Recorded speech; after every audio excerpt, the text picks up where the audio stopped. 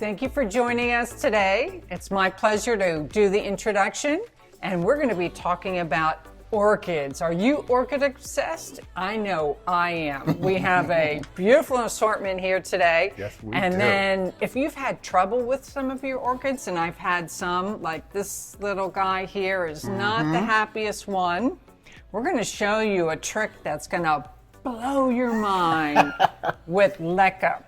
LECA are these little clay pebbles that helps circulate air. And we're working with Phalaenopsis orchids today. Stephanie, you want to show them the one that we have completed here?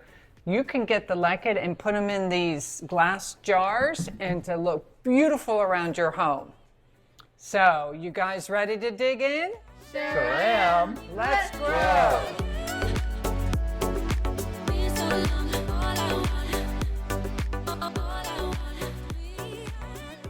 Thank you for that great introduction. Yeah. And the main question of this video is why traditional orchid potting fail?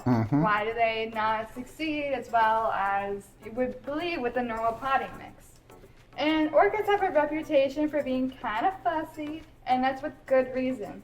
The traditional potting mixes of bark and moss are designed for orchids and their wild, clean training habitats, which means not in your house.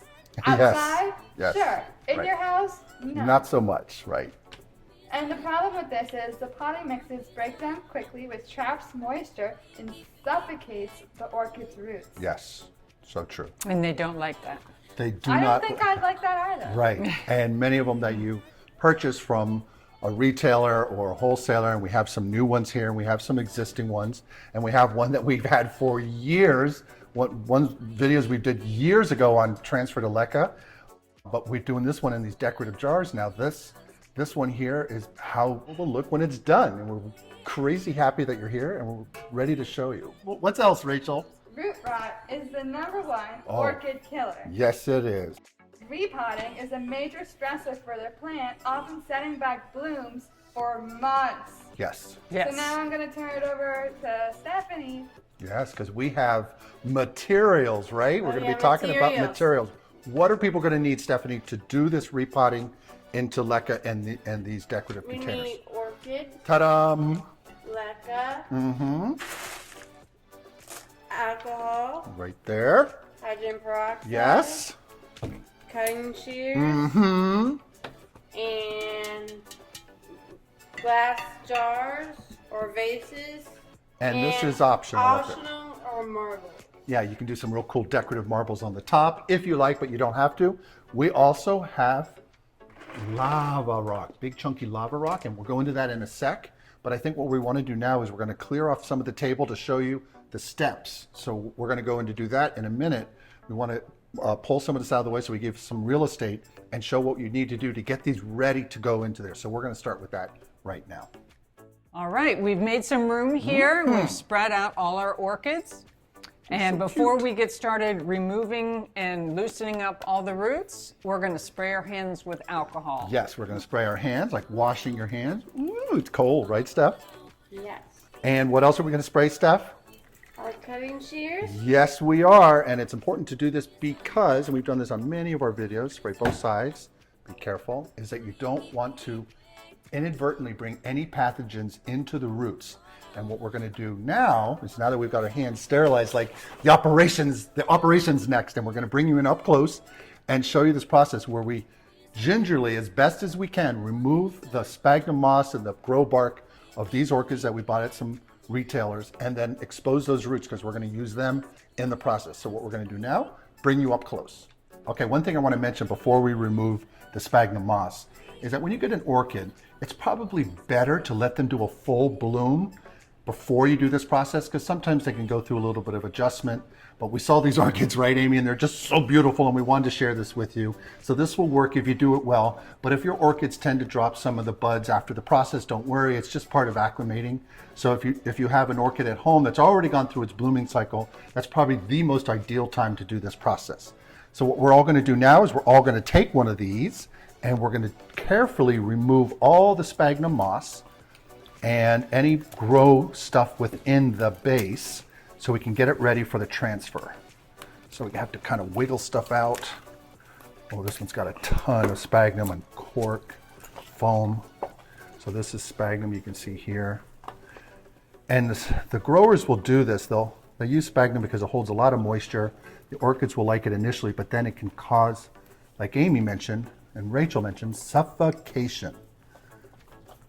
So this little guy here was grown in a smaller pot, and we're going to probably grab a toothpick to pull out some more of this, but the goal is to keep removing this. So you want these nice, juicy, healthy roots, but you got to be careful with that process. What we'll do is we'll speed this up so you guys can see this process and not have to be here all day. So you want me to help you here and get that out? Maybe I could squeeze Yeah, it. some of them are a little bit tight Yeah, in here, let there. me help you. Squeezing this may help. There you go. As we continue with this process, I'd like to tell you a few cool things about orchids. Orchids are the largest family of flowering plants in the world. There are more orchids than any other plants. And the Phalaenopsis is a really cool orchid in that its roots can photosynthesize. The roots will turn this light colored green when they get enough sunlight, and that's why we're going to be putting ours in these clear glass jars, because these roots actually can convert sunlight into sugar and food. That's so cool. The Phalaenopsis orchid is an epiphyte by nature, growing in trees. So we're going to try to emulate that by putting her in the LECA and glass jars with lots of airflow like you have in nature, so that she can best adapt and do well in the home. Okay, now we have our table cleared a little bit, but we're going to continue the process. This is one orchid we really want to show you because this is an orchid that needs a little bit of TLC, and we feel confident that she's going to bounce back, but you want to remove these dead roots. And you can soak these for 30 minutes in water, and that sometimes will give you an indication of which roots are good, but I've been doing this so many times, I kind of know this here is plump and ready to go, but these other ones that are dry and wispy like that, these you don't want to, these are no longer viable. So we want to cut them away so they just don't sit in the media and cause a rot problem. But we didn't spray this one with hydrogen peroxide yet, so we're going to do that again. Better to be safe and just spray those roots. And we're going to spray again after we prune them. There we go. So any dead, clunky brown roots, we're just going to trim off. We had sprayed this with alcohol, so these are good. I'm just going to start with the easy ones and then move my way around the orchid. And clear out all this stuff. Don't worry, she's going to be fine. We have utmost confidence in this patient. Orchids are pretty resilient. And this piece here, you guys, that's alive actually. This, not so much. And let me keep cutting away. Definitely when you see these little lines here, these little tendrils, this piece is dead. It will not, you may have some plump piece that hangs in there, but this is not going to be able to bring any nutrients through the plant. So you just want to cut that back as far as you can. One thing to note when you're doing this process is to see if your orchid tends to have mostly dry roots, then that's an indication of underwatering. But if you're trimming away all these dead and mushy roots, that's an indication that you have been overwatering. Getting better. Almost there, you guys. What do you guys think? The patient doing a little bit better? Yeah, Almost it's there. got a nice haircut. Got a haircut? Root cut. Hope this is coming out for you on the camera okay. Great. Get this one out of the way. This is a good root. That's a good root. This one is a old flower stalk. And we do have another flower stalk here that has seen better days. And what I'm going to do is cut right above this node and see if she gets very happy when we put her in their container. She may be able to bring us another bloom.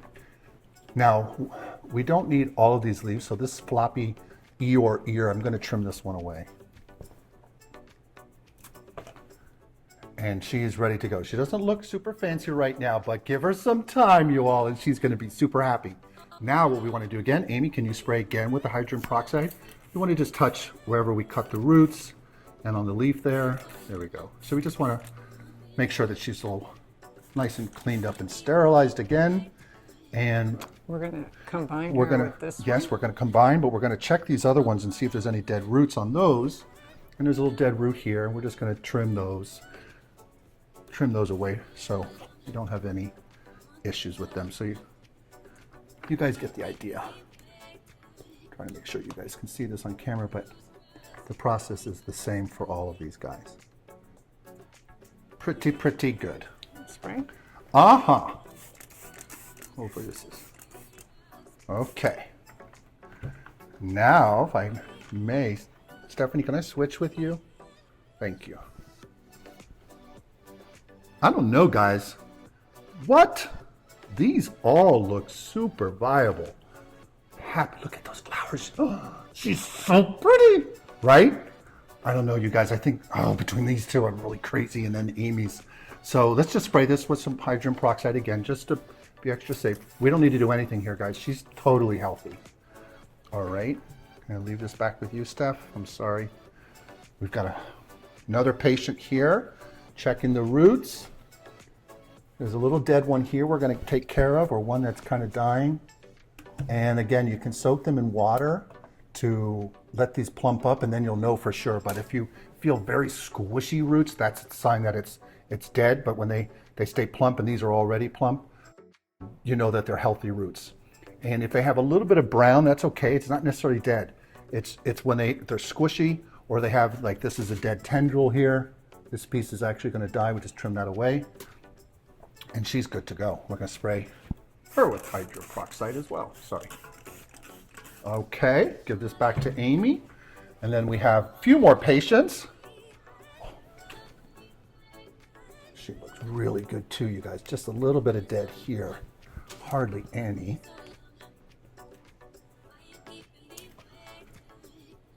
So pretty. Oh, there's a dead piece here. And if you don't get all of them, it's not critical. You just don't want a lot of that material in the LECA. And we're going to be talking about that in a hot minute, because this is the blow your mind part. Oh my goodness gracious. Look at this mumbo jumbo one. Look at all those fruits. Right? It's crazy, Steph. Rachel, look how many, oh my God, look at that. Looks like a whole subway of roots. Looks like a city. Yes, so I'm going to trim away some dead that I see here, you guys.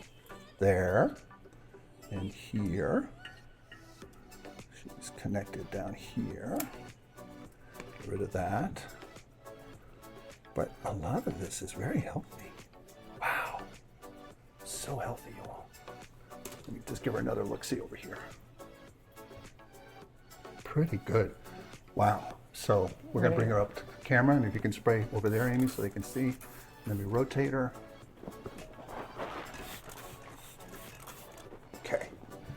And she has an old flower stalk. Again, let me show you this one up close. And this one here looks like she will not be coming back, so I'm going to cut her back down at the base here, right above a node.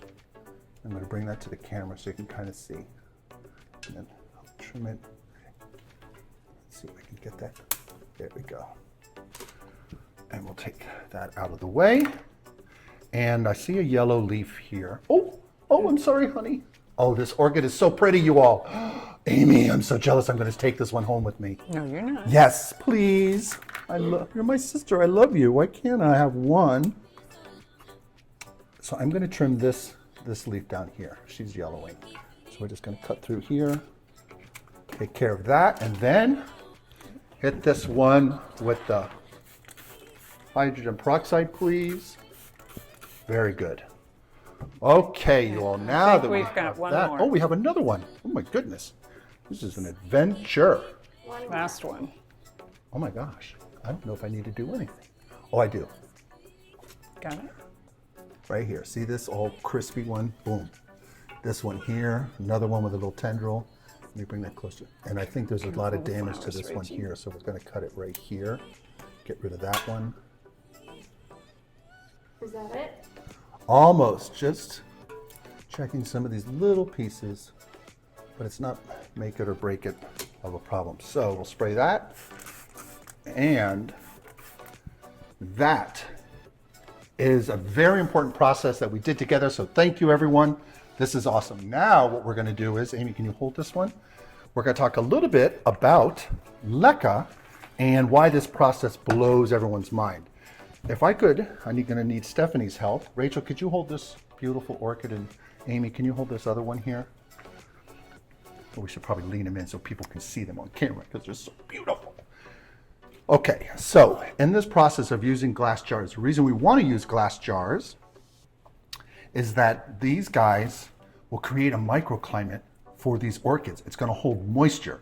And when you put lava rock, these guys, big chunky pieces, 1.5 inch, very important to know that, mixed with chunky LECA, which is light expanding clay aggregate.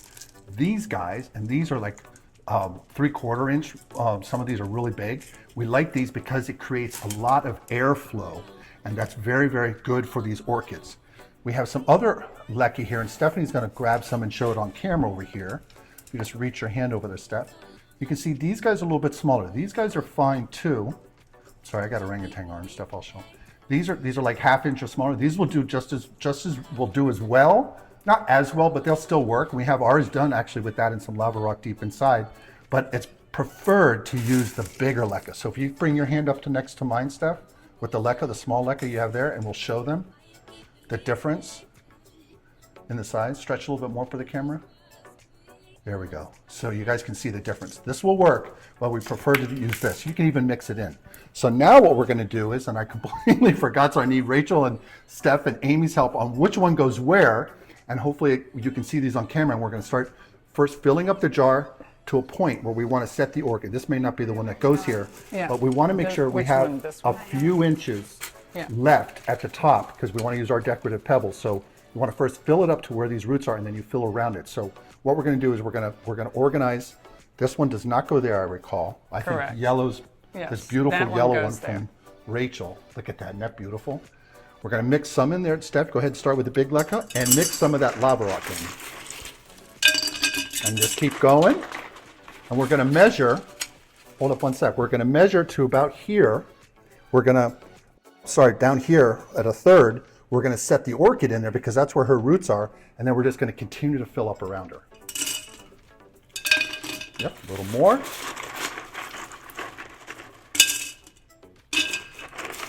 Let's make double check.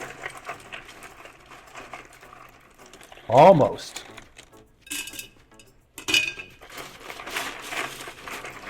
I think we're there. So now we're going to start sliding it in and wrapping it around the edges of, and then just switch on one side and then go to Steph's side, and you guys just sort of go around and around we go. And I'll kind of help out. Here, Mike, I'll hold and you. Okay. Yep, keep it right at that height. No worries. Everywhere. I know, it bounces around. Are you gonna have enough? I think we will. We're going to see. I hope so. Let's hope so. Because we have some more of this down below. Now she's kind of in there. And the roots are kind of tough. You don't want to bang them if you can. Try to go around the edges.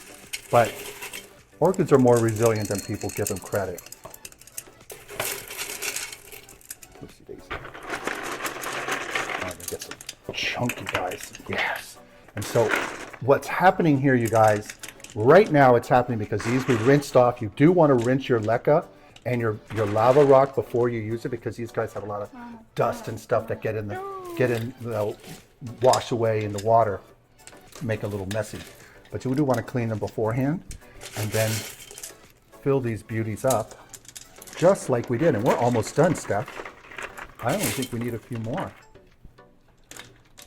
Yep. We are, there we go. Oh my word. Should we put water now? Oh, I hope we can, and we will, but what we first want to do is, it's optional. You don't have to do that. Maybe we'll do this at the tail end, but if you could grab this, Stephanie, from Diego, let me put this here so you can see on camera if this is coming out okay on camera. And I'll turn it around a little bit more. God, this orchid is so pretty, Rachel. I love this orchid. And then you could add some decorative pebbles if you want on the top to do a little bit of contrast. So the whole top layer is just shiny. like the glass. They're big enough and chunky enough that the airflow will happen. So when water, and we're going to pour water in here to give you a full demonstration, you want to bring water down to the base. Only down here, about an inch or so is all that you need. So I'm going to tip it. So you only need about an inch of water because the roots are here. You don't want it to sit in water. You want that LECA to communicate to the next piece of LECA, and they'll start evaporating this moisture up. And this glass jar is going to create a little mini microclimate and provide a lot of extra moisture. So Amy, if you could do us the honor of pouring some water in here. I'm going to move this out of the way. That's a beautiful vase you have. Tell me when. Keep going, keep going. Stop for a sec. Let's see how it drains down. More, please.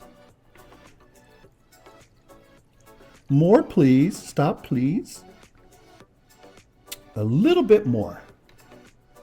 And there we go. See that, you guys? Right there. You want just a little bit down there, about an inch, inch and a half. And then when this drains down there, you don't necessarily have to do it right away and fill it back up. This is all gonna evaporate up and create this really nice microclimate for these orchids. And look how showy and pretty it is. Doesn't it look great? Yeah. Yeah. I love it. And there's one of them. And now what we're gonna do is just rinse and repeat. And then we'll show you these guys all done together. But that is the process. As we continue here to put the orchids in their new home, I'd like to go over some basic care instructions with you. Phalaenopsis likes high light, between 1,000 to 1,500 foot candles actually, and that means close to a south-facing or a west-facing window, but you don't want to give her direct sunlight. That can cause leaf burn. When you're watering your orchids, check to see how the leaves look. If they're looking wrinkled, that could mean you're underwatering or overwatering. So always check to see how the leaves are. If they're nice and plump, then you know that she's uptaking water well. But if you notice that the jar is filled with too much water and she's getting wrinkly, that can mean that there's too much water being placed in the jar. And with watering, we like to have a neutral pH or even a low pH because Phalaenopsis likes that. So you could actually take some sphagnum moss and place it on top of the LECA. And when you're watering, that sphagnum moss is going to help lower the pH a little bit, and the orchid's going to like that. Also, on the topic of watering, you're going to want to change out the reservoir water every month or so. So what we recommend you do is take a clean rag, put it on top of the LECA and sphagnum moss at the very top of your jar, tip her over, and let all that water drain out. Then we recommend you actually fill the whole jar filled with water, and it's basically, this term is called flushing, and then pour all of that water out again, and you're going to flush out extra salts. And then after this flush, you want to go back and fill up the bottom basin, 1/3 of your jar, with clean, fresh, tepid water. And you want that water to actually be natural spring water. If you notice that your Phalaenopsis is really thirsty, you could take some of the sphagnum moss, just a few strands, maybe about 5 or 6, and then insert them about 2 or 3 inches down into the LECA mix. That keeps a good moisture level around those roots, but doesn't allow them to get too wet. And we found that our orchids like that. As you can see, I'm focusing a lot on watering because this is a very important part of your Phalaenopsis' health. So always check to see how she's doing and then adjust your watering accordingly. Now let's talk temperature. She does well in home AC between 60 and 80 degrees, no problem. Her humidity levels, she does want to have them a little bit higher. That's what the LECA helps with in the glass jars, between 50% or higher. But the Phalaenopsis can do okay in home humidity of around 40%. On fertilizing, we like a regular 20-20-20 liquid at half strength from August through November, and then nothing during the winter months. But in March, all the way till May, we like to add in a 10-30-20, but we like this 10-30-20 at half strength as well. Jack's brand makes this fertilizer ratio, but there's also Dynagrow out there, Espoma, Repot Me, Miracle Grow, Joyful Dirt, and others. We'd love to know some fertilizer ratios you use, because a lot of people have different ratios that they found that work for their orchids, but we'd be interested in knowing what works for you. So please leave us a comment. We'd like to know. Thanks. On pests, check for mealybugs, aphids, and scale, and you can use a safe insecticidal soap or neem oil to control those. Okay, I think I've covered all the bases now. I'm not sure what we have left. We're doing the closing. Oh, the closing. That's right.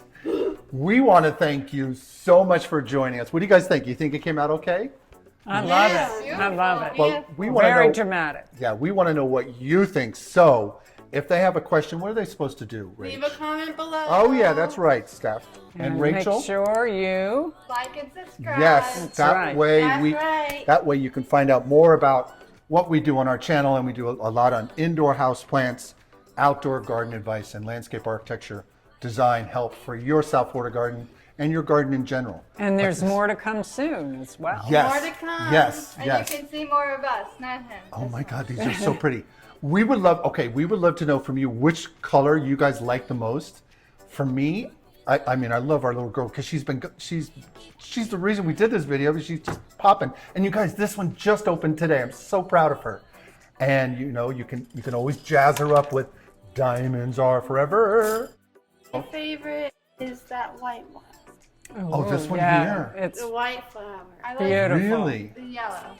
I know. I'm it's so torn. so hard to pick just one. No, I think you love this one because when we got this one I today, like you this went crazy one, for and that this one I had yeah, before. yes, I know, and she's got that and- cool flowering going on. Yes. This one, I love the yellow, so pretty. But this is, I don't know, I think this one is mine. I don't know. Orchids are so much fun, as you know, because that's our logo on our channel. You know, such beautiful, wonderful houseplants. These that we have before you are all Phalaenopsis, just to mention that again. And what we'd like to do next is, what do we want to say? Just goodbye, see you next time. That's right. Come back and see us next time. Bye. Please remember to like, subscribe, and hit the notification bell. And tell your friends and family. We post videos weekly.